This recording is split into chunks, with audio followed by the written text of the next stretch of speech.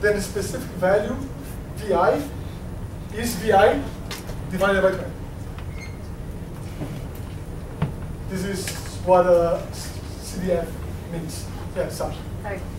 So will it always be VI divided by M times alpha to the M minus 1? Say again? Will it always be VI divided by M times alpha to the M minus 1? I'm not sure where you're talking about. The one at the end. Yeah. The So VI, the final, 19 thing? is it always going to be VI divided by M, which is in this case 1, this one he draws, times alpha to the M minus 1, which is 19? Yeah, I'm going to get to the end. I'm going to generalize the rules there. Oh. Okay, instead of generalizing here, and then I'm going to say, what if you The have... end? Sorry. No, this is the probability of winning. I'm not yet to that. We still, no, but let's see what I have to do now. I have this guy here.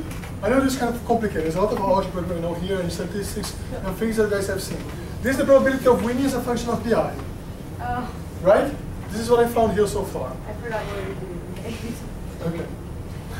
We're going to plug back into here now. Okay. And I'm going to get to the end.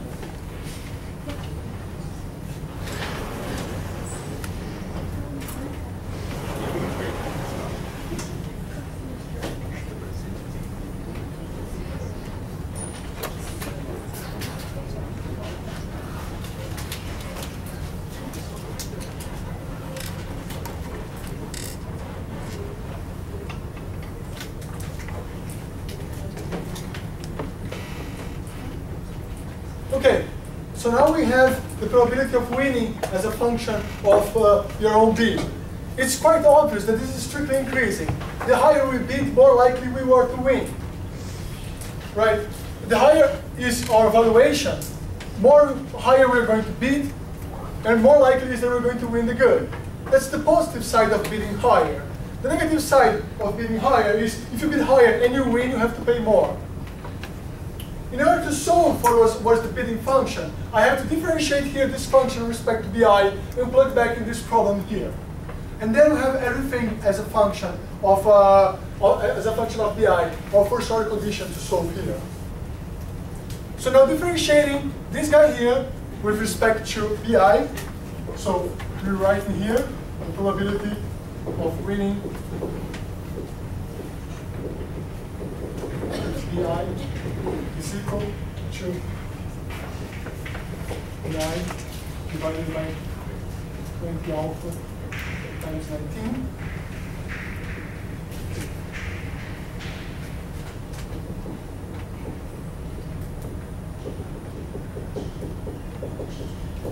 Okay.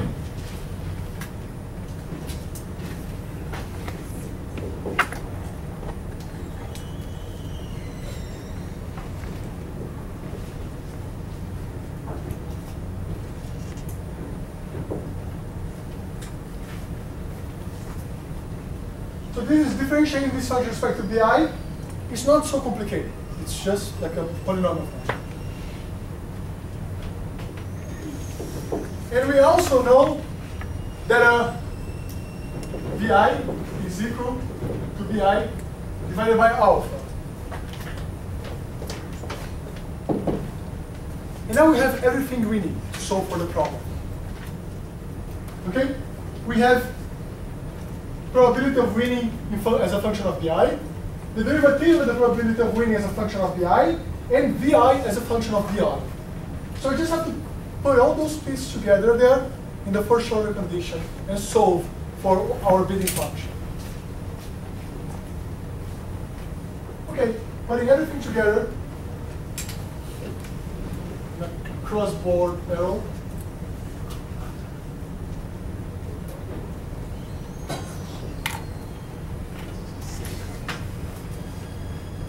And now I know vi is just this guy here. Minus bi times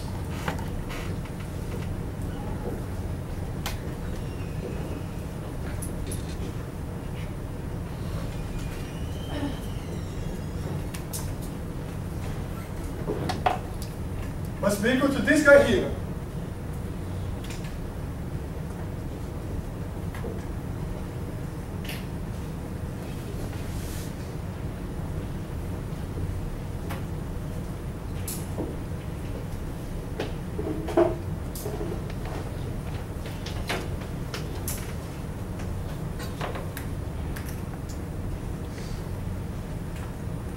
And now we're going to start canceling things. Well, this guy here goes away with this guy here. 18 of these guys here go away with 18. There's just one left. And now we have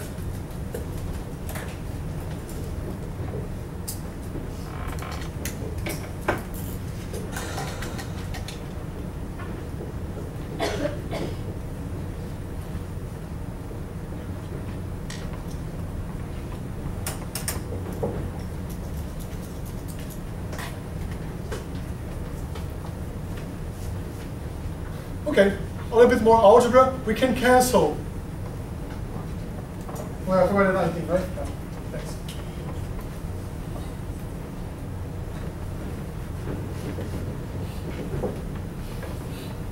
A little bit more algebra. I can cancel behind both sides.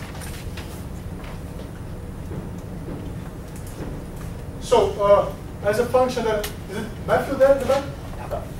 As Matthew pointed out earlier, I kind of put this under the roof. Alpha is not going to be a function of BI. No matter what your evaluation is or big rule is, you're going to have the same alpha. And this is actually confirming the assumption that I kind of made before. Now solving for this, we got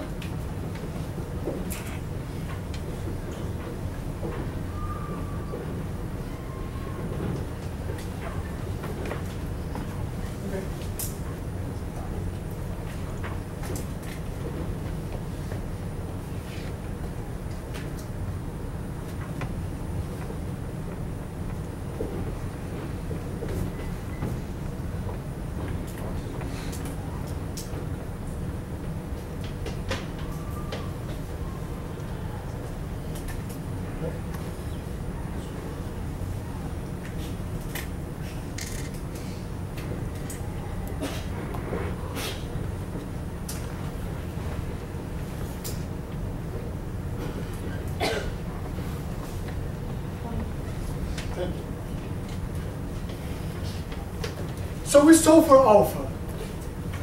Alpha equals 19 over 20.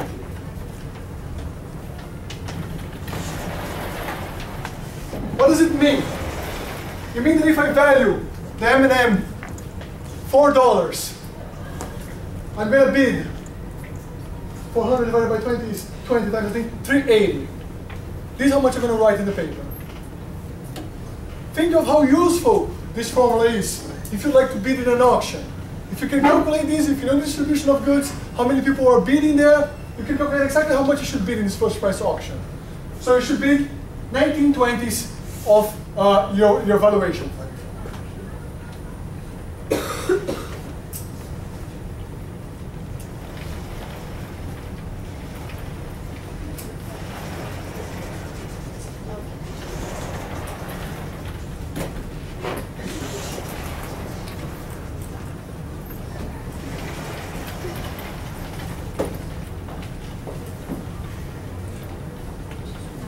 So there's a couple of points that we should make here.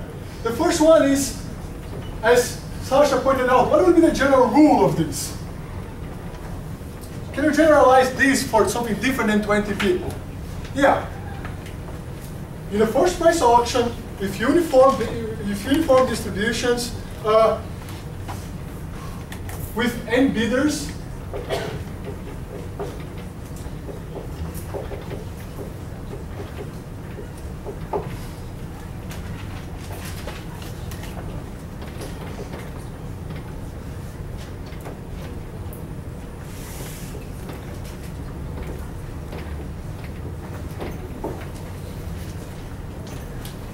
so I think this is the rule, Sasha, that we're looking for. If I have n bidders, alpha is going to be n minus 1 divided by n. I could have done, with just a little bit more math, not very complicated, I could have done n minus 1 divided by n here. That's how it appears. So we didn't have to do any of this for the basic count? Unless I messed up with the question.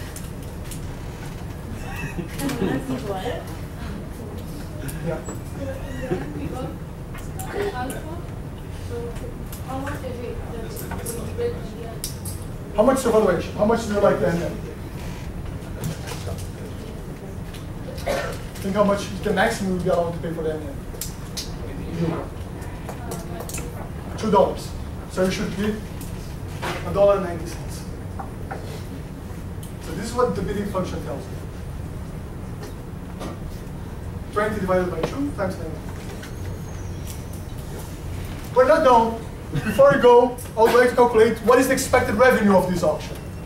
How much the auctioneer expects to gain.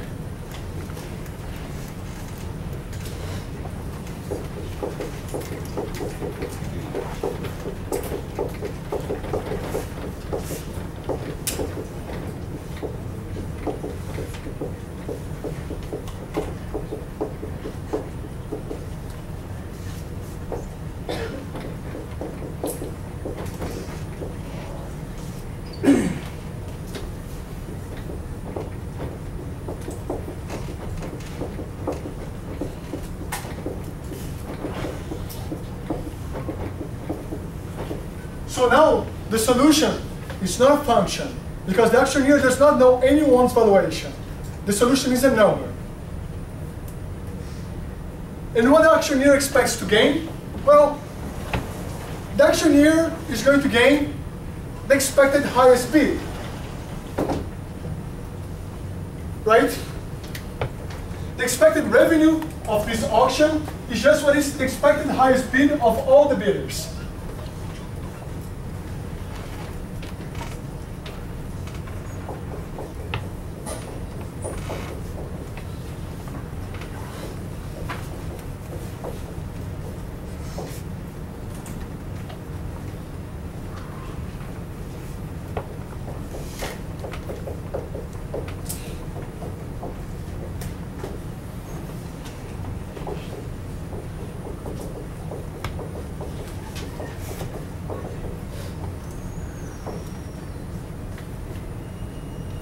Okay, which is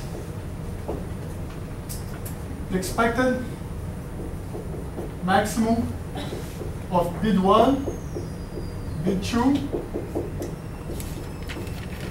bid 20. Right?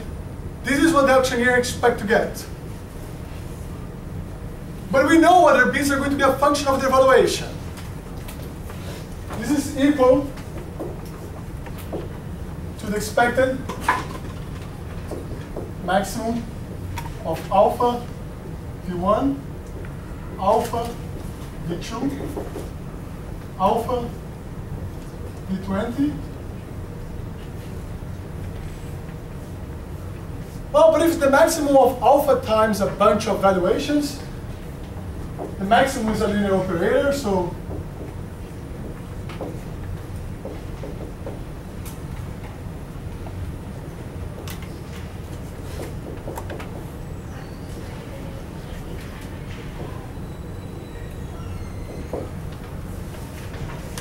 this is because you can do this with the maximum, it's okay. But now the alpha is just a parameter, it's a constant. So, Adil, what can I do with this alpha here in the expected value? You can take out, it's a constant, right? That's the rule. So this is alpha times the expected value of the maximum of V1, V20. But now, how do we calculate this number here? Where is the maximum, the expected maximum of 20 draws of this uniform between 0 and 20? Which tool do we have to employ to figure out this?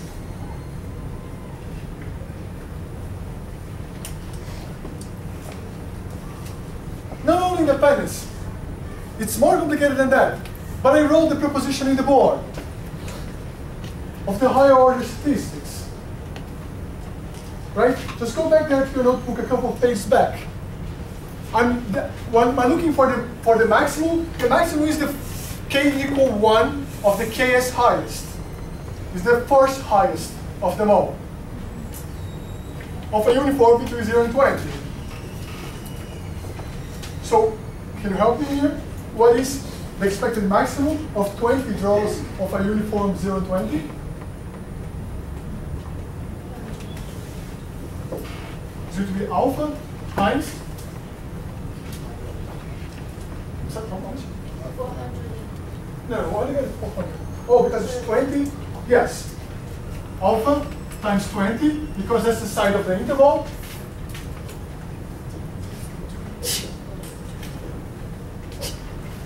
Right? Okay. This is just using the higher order statistics proposition.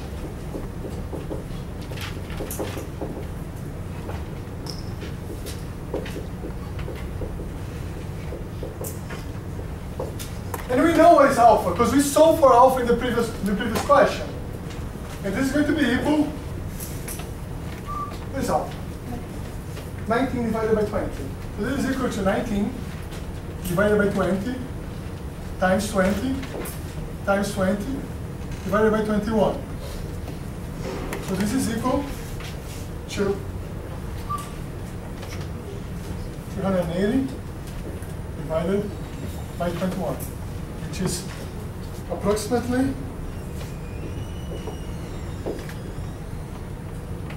18.1.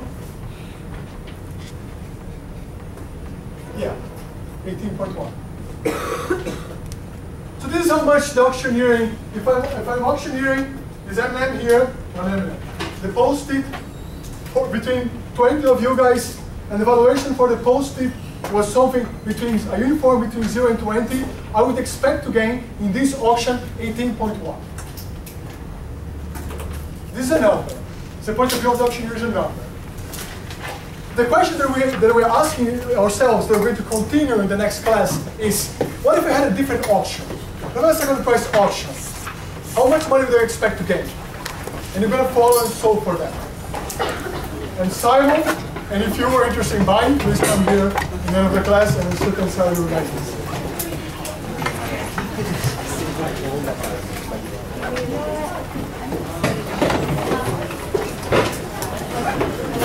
Well, for us,